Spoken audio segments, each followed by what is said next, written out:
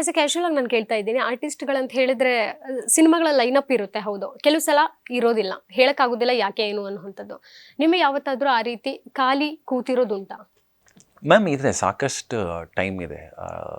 ಈಗ ನನಗೆಲ್ಲರೂ ಬೈತಾ ಇರ್ತಾರೆ, ಯಾಕೆ ಬರೀ ಒಂದೇ ಸಿನಿಮಾ ಅಂತ ಮಾಡ್ತೀಯಾ, ಮಾಡ್ತಾ ಇರಬೇಕು, ಬ್ಯಾಕ್ ಟು ಬ್ಯಾಕ್ ಮಾಡ್ತಾ ಇರಬೇಕು, you should have a backup ಅಂತೆಲ್ಲ.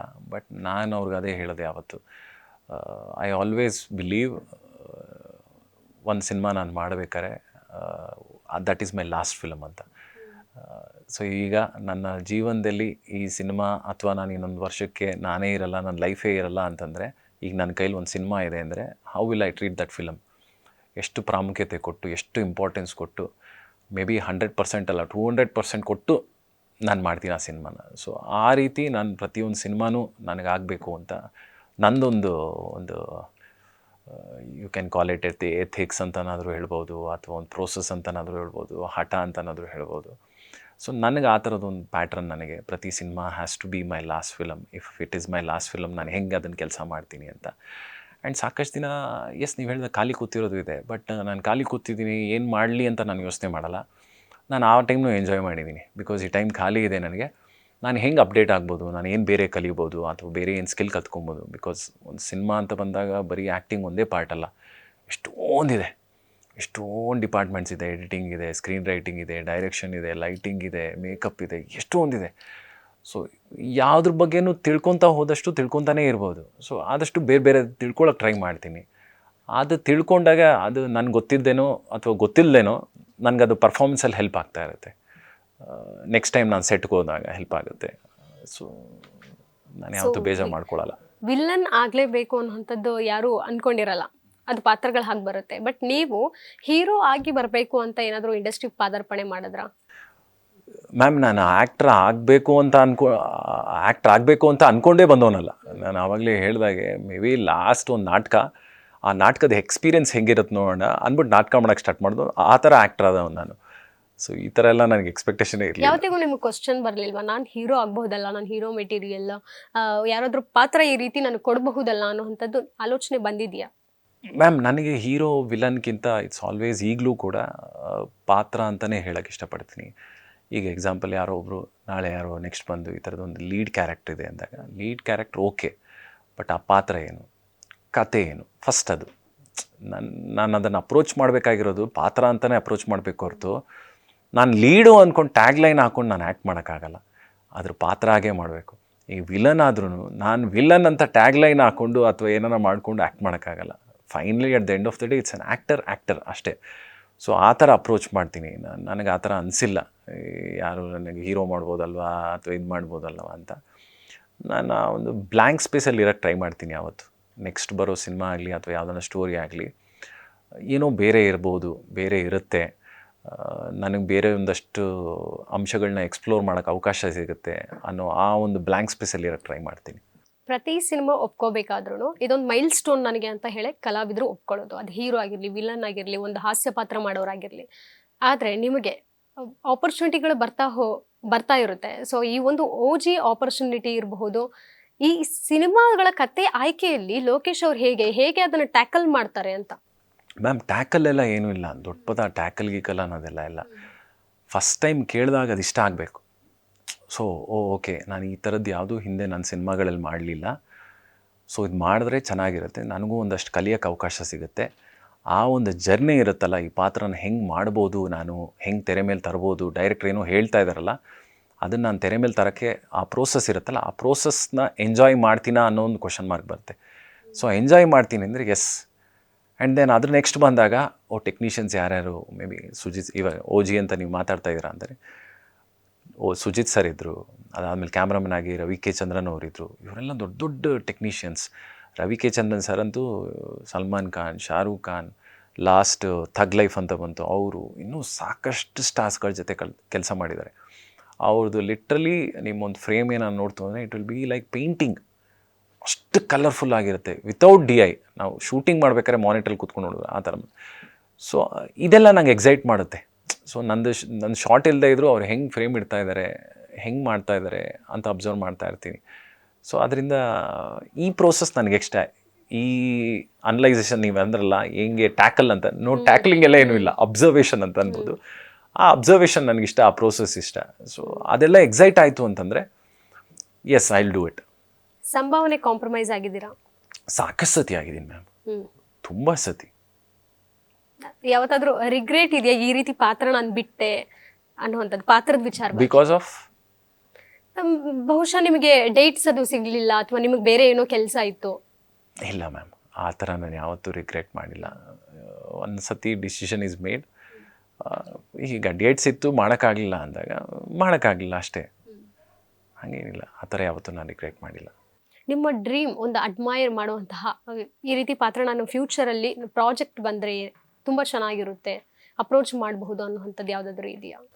ನೋ ಮ್ಯಾಮ್, ನೋಡಿ ನಾನು ಆಗಲೇ ಹೇಳಿದಾಗೆ I live in the present and I will feel like this is my last. ಇವಾಗ ನೀವು ಓಜಿ ಕೇಳಿದ್ರೆ ಓಜಿನೇ ನನ್ನ ಲಾಸ್ಟ್ ಸಿನಿಮಾ. ಅಂದರೆ ಲೋಕೇಶ್ ಅವರು ತುಂಬ ಪ್ರಾಕ್ಟಿಕಲ್ ಇದ್ದಾರೆ ಲೈಫಲ್ಲಿ. ಎಸ್, ಇರಬೇಕು ಅಂತ ಅನಿಸುತ್ತೆ. ಇಲ್ಲ ಅಂದಷ್ಟು ಆವಾಗಲೇ ಡಿಸಪಾಯಿಂಟ್ಮೆಂಟ್ ಆಗೋದು, ತುಂಬ ನೋವುಗಳಾಗೋದು, ಎಕ್ಸ್ಪೆಕ್ಟೇಷನ್ಸ್ ಆಗುತ್ತೆ. ಎಕ್ಸ್ಪೆಕ್ಟೇಷನ್ಸ್ ಅಂದ್ಕೊಳ್ದೆ ಫುಲ್ಫಿಲ್ ಆಗಲಿಲ್ಲ ಅಂತಂದರೆ ಸೊ ಈ ಥರದ್ದೆಲ್ಲ ಒಂದಷ್ಟು ಕ್ವಶನ್ ಮಾರ್ಕ್ಗಳು ಸ್ಟಾರ್ಟ್ ಆಗುತ್ತೆ. ಸೊ ನಾನು ಆ ಝೋನ್ಗೆ ಹೋಗೋಕ್ಕೆ ಯಾವತ್ತೂ ಇಷ್ಟಪಡಲ್ಲ. ಸೊ ಅದಕ್ಕೋಸ್ಕರ live in the present. So ಏನಂದ್ರೆ ಒಂದು ಹ್ಯೂಮನ್ ಅಂತ ಹೇಳಿದ ತಕ್ಷಣ ಈ ನೋವು ನಲಿವು ಎಲ್ಲವೂ ಇದ್ದಿದೆ. ಅದರಲ್ಲೂ ಆರ್ಟಿಸ್ಟ್ ಲೈಫಲ್ಲಿ ಸರ್ವೇ ಸಾಮಾನ್ಯ ಆಗ್ಬಿಟ್ಟಿರುತ್ತೆ. ಯಾಕಂದ್ರೆ ಸಾಕಷ್ಟು ಸವಾಲುಗಳನ್ನ ಎದುರಿಸ್ತಾ ದಿನನಿತ್ಯ ಎದ್ದೇಳಿದ್ರೆ ನೀವು ಚಾಲೆಂಜಲ್ಲೇ ನೀವು ಎದ್ದೇಳಬೇಕು. ಯಾಕಂದ್ರೆ ಆ ರೀತಿ ಒಂದಷ್ಟು ಕಾಂಟ್ರವರ್ಸಿಗಳಿರ್ಬೋದು, ಯಾವಾಗ ಹೇಗೆ ಬರುತ್ತೆ ಅನ್ನೋಂಥದ್ದು ಹೇಳೋಕ್ಕಾಗಲ್ಲ. ಯಾಕಂದ್ರೆ social media is a waste, abuse ಅನ್ನೋಂಥದ್ದು ಹಾಗೆ. ನಾನು ಆ್ಯಕ್ಚುಲಿ ನೀವು ನಂಬಲ್ಲ, ನಾನು ನೋಡೋದೇ ಕಡಿಮೆ ಸೋಷಿಯಲ್ ಮೀಡಿಯಾ. ನಿಮ್ಗೆ ಅತಿಶಯೋಕ್ತಿ ಅನಿಸಿದೆ. Active very rare. ನನ್ನ ಸಿನಿಮಾಗಳು ಬಂದಾಗ ಮಾತ್ರ ಅಷ್ಟೇ ಆ್ಯಕ್ಟಿವ್, ಇಲ್ಲ ಅಂದರೆ ನಾನು ಜಾಸ್ತಿ ಚೆಕ್ ಮಾಡೋಕ್ಕೆ ಹೋಗಲ್ಲ. ಏನ್ ಮಾಡ್ತಿರ್ತೀರಾ ಅಂತ? ಈಗ ಎಲ್ಲರೂ ಸೋಷಿಯಲ್ ಮೀಡಿಯಾದಲ್ಲಿ ಜಾಸ್ತಿ ಅಪ್ಡೇಟ್ಸ್ ಕೊಡ್ತಾ ಇರ್ತಾರೆ. ಆಲ್ಮೋಸ್ಟ್ ಎಲ್ರದ್ದು ಈಗ ನನಗೆ ಇಷ್ಟ ಇಲ್ಲ ಮ್ಯಾಮ್. ಬಿಕಾಸ್ ಈಗ ಏನು ಏನಕ್ಕೆ ಅಪ್ಡೇಟ್ ಕೊಡಬೇಕು? ಈಗ ಸಿನಿಮಾಗಳು ಬಂದಾಗ ಹಾಗೇನ ಅತಿಶಯೋಕ್ತಿ ಅನಿಸ್ಬೋದು ಇದನ್ನು. ಬಟ್ ನಾನು ಹೇಗೆ ಯೋಚನೆ ಮಾಡ್ತೀನಿ ಅಂದರೆ, ನನ್ನ ಕೆಲಸ ಮಾತಾಡಬೇಕು ಅಂತ ಯಾವತ್ತೂ ಯೋಚನೆ ಮಾಡ್ತೀನಿ. ಆ್ಯಂಡ್ ಕೆಲಸ ಚೆನ್ನಾಗಿ ಮಾಡಿದಾಗ ಆ್ಯಂಡ್ ಅದು ನೋ ಡೌಟ್ ಜನ ನೋಡೇ ನೋಡ್ತಾರೆ ಆ್ಯಂಡ್ ಅದನ್ನು ಇಷ್ಟಪಟ್ಟೇ ಪಡ್ತಾರೆ. ಇರ್ರೆಸ್ಪೆಕ್ಟಿವ್ ಆಫ್ ನೀವು ಪಬ್ಲಿಸಿಟಿ ತುಂಬ ಚೆನ್ನಾಗಿ ಮಾಡಿ ಅಥವಾ ನಿಮ್ಮ ಬಗ್ಗೆ ನೀವು ತುಂಬ ಚೆನ್ನಾಗಿ ಹೇಳ್ಕೊಳ್ಳಿ ಬಿಡಿ. ಈಗ ಬಜರಂಗಿ ಮಾಡಿದಾಗ ನೋ ಸೋಷಿಯಲ್ ಮೀಡಿಯಾ ವಸ್ತೆ. ನಾನು ಆ ಎರಾನಲ್ಲೂ ಇದ್ದೀನಿ. ಫೇಸ್ಬುಕ್ ಇತ್ತು ಅಥವಾ ಆರ್ಕುಟ್ ಅಂತ ಇತ್ತು, ಆವಾಗಲೂ ಇತ್ತು. ಬಟ್ ಸ್ಟಿಲ್ ಬಜರಂಗಿ 1 ಮಾಡಿದಾಗ ನಾನು ಅಂದ್ಕೊಂಡು ಇರಲಿಲ್ಲ. ಆ್ಯಂಡ್ ಆ ಒಂದು ಪ್ರೀತಿನ ಜನ ನನಗೆ ಇವತ್ತು ತೋರಿಸ್ತಾರೆ. ಇವತ್ತು ನಾನು ಮನೆ ಮುಂದೆ ನಿಂತ್ಕೊಂಡಿರ್ತೀನಿ, ಇಲ್ಲ ಎಲ್ಲ ನಿಂತ್ಕೊಂಡು ಯಾರ ಜೊತೆ ಮಾತಾಡ್ಬೇಕಾದ್ರೆ ಏಯ್ ಬಜರಂಗಿಲ್ ಮಾಡಿದವನು ರಾಣಾ ಅಂತಾರೆ. ಸೊ ಅಷ್ಟು ನೆನಪಿದೆ ಅಂತಂದಾಗ ಕೆಲಸ ಮಾತಾಡಲಿ. ಹಾಗಾದ್ರೆ ಫೋನ್ ಎಷ್ಟು ಯೂಸ್ ಮಾಡ್ತಾರೆ ಲೋಕೇಶ್ ಅವರು? ಫೋನಾ? Normal ma'am, it's very normal. ಯಾರನ್ನ ಮಾತಾಡಿದ್ರೆ ಅಥವಾ ಇಮೇಲ್ಸ್ ಏನಾರ ಮಾಡೋಕ್ಕೆ ಅಥವಾ ಮೆಸೇಜಸ್ ಮಾಡೋಕ್ಕೆ ಅಥವಾ ಏನಾದರೂ ಒಂದು ತುಂಬ ಕನೆಕ್ಷನ್ ಇಲ್ಲ ಮೊಬೈಲ್ಗೆ ಅಷ್ಟೊಂದಿಲ್ಲ ma'am. It's day to day ಲೈಫಲ್ಲಿ ನಾರ್ಮಲಿ ಎಷ್ಟು ಬೇಕೋ ಅಷ್ಟಿದೆ. ಓಕೆ, ಈಗ ಮುಖ್ಯವಾಗಿ ಈ ಓಜಿ ಸಿನಿಮಾ ಒಂದು ಅಪ್ರೋಚ್ ಹೇಗೆ ಬಂತು, ಹೇಗೆ ಕನೆಕ್ಟ್ ಆಯಿತು ಸಿನಿಮಾ ಟೀಮ್ಗೂ ನಿಮಗೂ ಅಂತ? ಆ್ಯಕ್ಚುಲಿ ಒಬ್ಬರು ಕಾಸ್ಟಿಂಗ್ ಡೈರೆಕ್ಟರ್ ಅದ ಟೀಮಲ್ಲಿ ವರ್ಕ್ ಮಾಡ್ತಾಯಿದ್ರು. ಆ್ಯಂಡ್ ಕಾಸ್ಟಿಂಗ್ ಡೈರೆಕ್ಟರ್ ಕನ್ನಡದವರು. ಸೊ ಅವರೊಂದಷ್ಟು ಆಪ್ಷನ್ಸ್ ಆ ರೋಲ್ಗೇನೋ ಒಂದು ತೋರಿಸಿದಾಗ, ಸೊ ಕನ್ನಡದವ್ರು ಆಗಿದ್ದರಿಂದ ಇಲ್ಲಿಂದನೂ ಒಂದಷ್ಟು ಆಪ್ಷನ್ಸ್ ತೋರಿಸಿದ್ದಾರೆ. ಈ ಥರ ಯಾರು ವಿಲನ್ಸ್ ಎಲ್ಲ ಇದ್ದಾರೆ, ಅವರಿದ್ದಾರೆ ಅಂತಂದಾಗ ಆಗ ಸುಜಿತ್ ಸರ್ಗೆ ನನ್ನ ಫೋಟೋ ಸ್ಟ್ರೈಕ್ ಆಗಿಬಿಟ್ಟಿದೆ. ಇಲ್ಲ ಇವರು ಕರೆಕ್ಟಾಗಿರ್ತಾರೆ, ನನ್ನ ಕ್ಯಾರೆಕ್ಟರ್ ಅಂದ್ಕೊಂಡಿರೋ ಅವ್ರ ಲುಕ್ ಆಗಲಿ ಅವ್ರು ಇದಾಗಲಿ, ಸೊ ಮಾತಾಡಿ ಅಂತ ಹೇಳಿದ್ದಾರೆ. ಅದಾದಮೇಲೆ ಟೀಮಿಂದ ಫೋನ್ ಮಾಡಿ ನಂದು ಪ್ರೊಫೈಲ್ ಕೇಳಿದ್ರು, ಶೋರೀಲ್ ಏನೋ ಇದ್ದರು ಕಳಿಸಿ ಅಂತ. ಸೊ ಶೋರೀಲೆಲ್ಲ ಕಳಿಸ್ದೆ. ನಾನು ಮಾಡಿರೋ ಇಷ್ಟು ಸಿನಿಮಾಗಳದ್ದು ಎಲ್ಲ ಒಂದು ಶೋರೀಲೆಲ್ಲ ಮಾಡಿ ಕಳಿಸ್ದಾಗ ದೆನ್ ವಾಪಸ್ ಕರೆದ್ರು. ಅದಾದಮೇಲೆ ಗಿಡಿಷನ್ ಅಂತ ಏನೂ ಮಾಡಲಿಲ್ಲ. They were happy about it. ಇಲ್ಲ ಹಿ ವಿಲ್ ಬಿ ರೈಟ್, ಆ ರೋಲ್ಗೆ ಚೆನ್ನಾಗಿರುತ್ತೆ ಅಂದ್ಬಿಟ್ಟು ಲುಕ್ ಟೆಸ್ಟ್ ಮಾಡಿದ್ರು. ಲುಕ್ ಟೆಸ್ಟಲ್ಲೂ ಒಂದು 2-3 ಥರ ಟ್ರೈ ಮಾಡಿದ್ವಿ. We zeroed in one look perfect ಆಗಿರುತ್ತೆ. ಆ ಥರ ಆಗಿತ್ತು. ಹೇಗೆ ಅನ್ನಿಸ್ತು ಅವ್ರ ಜೊತೆ ಆ್ಯಕ್ಟ್ ಮಾಡೋವಂಥದ್ದು? ಅಂದರೆ ಪವನ್ ಕಲ್ಯಾಣ್ ಅವ್ರು ಅಂದಿದ ತಕ್ಷಣ ಕೇವಲ ಆ್ಯಕ್ಟರ್ ಮಾತ್ರ ಅಲ್ಲ, ಪಾಲಿಟಿಷಿಯನ್ ಕೂಡ. ಸೊ ಅವ್ರ ಹಿಂದೆ ಮುಂದೆ ನೋಡೋವಂಥದ್ದಾದರೆ ಒಂದು ರೀತಿ ಏನೋ ಒಂದ್ಸಲ ನಿಮ್ಗೆ ಯಾವತ್ತಾದ್ರೂ ಮುಜುಗರ ಅನ್ಸಿದ್ದು ಆ ರೀತಿ ಏನಾದರೂ ಆಗಿದೆಯಾ ಪರ್ಸ್ನಲ್ ಆಗಿ ಆರ್ಟಿಸ್ಟ್ ಹೊರತುಪಡಿಸಿ? ಇಲ್ಲ ಮ್ಯಾಮ್, ನಾನು ಮುಜುಗರ ಪಟ್ಕೊಂಡ್ರೆ ಆ್ಯಕ್ಟ್ ಮಾಡೋಕ್ಕಾಗಲ್ಲ ಅಲ್ಲಿ. ಆ್ಯಂಡ್ ಸಿನಿಮಾಗೆ ಅದು ಹೊಡ್ತಾ ಬೀಳುತ್ತೆ ಆ್ಯಂಡ್ ಡೈರೆಕ್ಟ್ರಿಗೂ ಕ್ವಶನ್ ಬಂದ್ಬಿಡುತ್ತೆ. ಹೇಗೆ ನಿಮ್ಮನ್ನು ನೀವೇ ಲೈಕ್ ಪ್ಯಾಂಪರ್ ಝೋನಿಂದ ಹೇಗೆ ಆಚೆ ಬರ್ತೀರಾ? ಮ್ಯಾಮ್ ಅದು ಆಗ್ಬಿಟ್ಟಿದೆ ಅಂತ ಅನಿಸುತ್ತೆ ಈಗ, ಬಿಕಾಸ್ ಇಷ್ಟು ವರ್ಷದಿಂದ ಆ್ಯಕ್ಟ್ ಮಾಡ್ಕೊಂಬಂದರು, ಆ ಪ್ರೋಸೆಸ್ ಹಂಗೆ ಮಾಡಿಬಿಟ್ಟಿದೆ ನನ್ನ. ಸೊ ಆ ಥರ ಮುಜುಗರ ಗಿಜುಗರ ಏನಿಲ್ಲ. ಅಲ್ಲಿದ್ದಾಗ yes I respect, he is a DCM, he is a hero. But opposite ಅಂತ ನಾನು ನಿಂತ್ಕೊಂಡಾಗ ನಾನು ಹೆಂಗೆ ಪರ್ಸ್ಯೂ ಮಾಡ್ತೀನಿ ಅಂತಂದರೆ, ಐ ಆಮ್ ಎ ಕ್ಯಾರೆಕ್ಟರ್. ನಾನು ಇಲ್ಲೊಂದು ಕ್ಯಾರೆಕ್ಟರ್ ಪ್ಲೇ ಮಾಡ್ತಾಯಿದ್ದೀನಿ. ಇರುತ್ತೆ ಎಲ್ಲೋ ಒಂದು ತಲೆಯಲ್ಲಿ, ಇಲ್ಲ ಅಂತಂದರೆ ಸುಳ್ಳಾಗುತ್ತದು, ಎಲ್ಲೋ ಸಬ್ಕಾನ್ಷಿಯಸಲ್ಲಿ ಇರುತ್ತೆ. ಬಟ್ ಅದನ್ನು ಮಲಗಿಸಿಟ್ಬಿಟ್ಟಿರಬೇಕು, ನೋ ಮೇಲ್ ಬರಬೇಡ, ಸರ್ಫೇಸ್ ಆಗಬೇಡ ಇದನ್ನು ಅಂತ. ಒಬ್ಬ ಆ್ಯಕ್ಟ್ರಾಗಿ ಅಷ್ಟೇ ಪರ್ಸ್ಯೂ ಮಾಡ್ತೀನಿ. ಬಟ್ ಕಟ್ ಅಂತ ಅಂದಮೇಲೆ ಓಕೆ, ಅದು ಆವಾಗ ತಿರ್ಗಿ ಅಬ್ಸರ್ವ್ ಮಾಡ್ತಾ ಇರ್ತೀನಿ, ನಾನು ಅಡ್ಮೈರ್ ಮಾಡ್ತಾ ಇರ್ತೀನಿ. ಅವರಾಗಲಿ, ಅವ್ರು ಇದ್ದಂಥ ಪರ್ಸ್ನಾಲಿಟಿ ಆಗಲಿ ತುಂಬ ಇನ್ಸ್ಪೈರ್ ಮಾಡಿದ್ರು ಮ್ಯಾಮ್. ನಿಜವಾಗ್ಲೂ ಇಷ್ಟು ದಿನ ನಾನು ಪವನ್ ಸರ್ನ ಆನ್ ಸ್ಕ್ರೀನ್ ಮೇಲೆ ಮಾತ್ರ ನೋಡಿದ್ದೆ. And he was a star. ಆಗಲೇ ಖುಷಿ ಅಂತ ಫಸ್ಟು 1-2 ಸಿನಿಮಾಗಳಲ್ಲಿ huge star. And Pavan sir ಅದಾದಮೇಲೆ ಸಿನಿಮಾ ಜರ್ನಿಯಿಂದ ಪಾಲಿಟಿಕ್ಸ್ ಜರ್ನಿಗೆ ಬಂದು, ಅಲ್ಲಿ ಆದಂಥ ಏಳು ಬೀಳುಗಳಿಂದ ಮೇಲೆದ್ದು ಒಂಥರ ಫೀನಿಕ್ಸ್ ಥರ ಎದ್ದು ಬಂದರು ಅವರು. ಜನಗಳಿಗೇನೋ ಒಂದು ಪರ್ಸ್ನಲ್ ಕನೆಕ್ಷನ್ ಇದೆ ಅವ್ರ ಬಗ್ಗೆ, ಏನಿದು ಅಂತ ತುಂಬ ಸತಿ ಅನಿಸುತ್ತದು. ಬಟ್ ಇಲ್ಲಿ ಅವ್ರನ್ನ ಸಿನಿಮಾ ಸೆಟ್ಟಲ್ಲಿ ನೋಡಿದಾಗ ಅವರು ನಡ್ಕೊಂಡಂಥ ರೀತಿ, ಅಥವಾ ಅವ್ರು ಈಗಲೂ ಸಿನಿಮಾ ಕೊಡುವಂಥ ಪ್ರೀತಿ, ಪಾಲಿಟಿಕ್ಸ್ನ ಸಿನಿಮಾನ ಡಿಫ್ರೆನ್ಷಿಯೇಟ್ ಮಾಡಿ ಅದನ್ನು ಬೇರೆ ಸೆಟ್ ಆಚೆ ಸೆಟ್ ಒಳಗಡೆ ಯಾವತ್ತೂ ಪಾಲಿಟಿಕ್ಸ್ ಬರ್ತಾ ಇರಲಿಲ್ಲ. ಅವ್ರು ಸೆಟ್ ಒಳಗಡೆ ಬಂತು ಅಂದರೆ ಇಟ್ ವಾಸ್ ಓನ್ಲಿ ಸಿನಿಮಾ. ಅವ್ರು ಈಗಲೂ ಸೀನ್ನ ಒಂದು ಪೇಪರ್ ಕೈಯಲ್ಲಿ ಇಟ್ಕೊಂಡು ಓದ್ತಾ ಕೂತಿರ್ತಾರೆ. ನಿಜವಾಗ್ಲೂ ನಾಟ್ ನೆಸಸರಿ ಫಾರ್ ಹಿಮ್.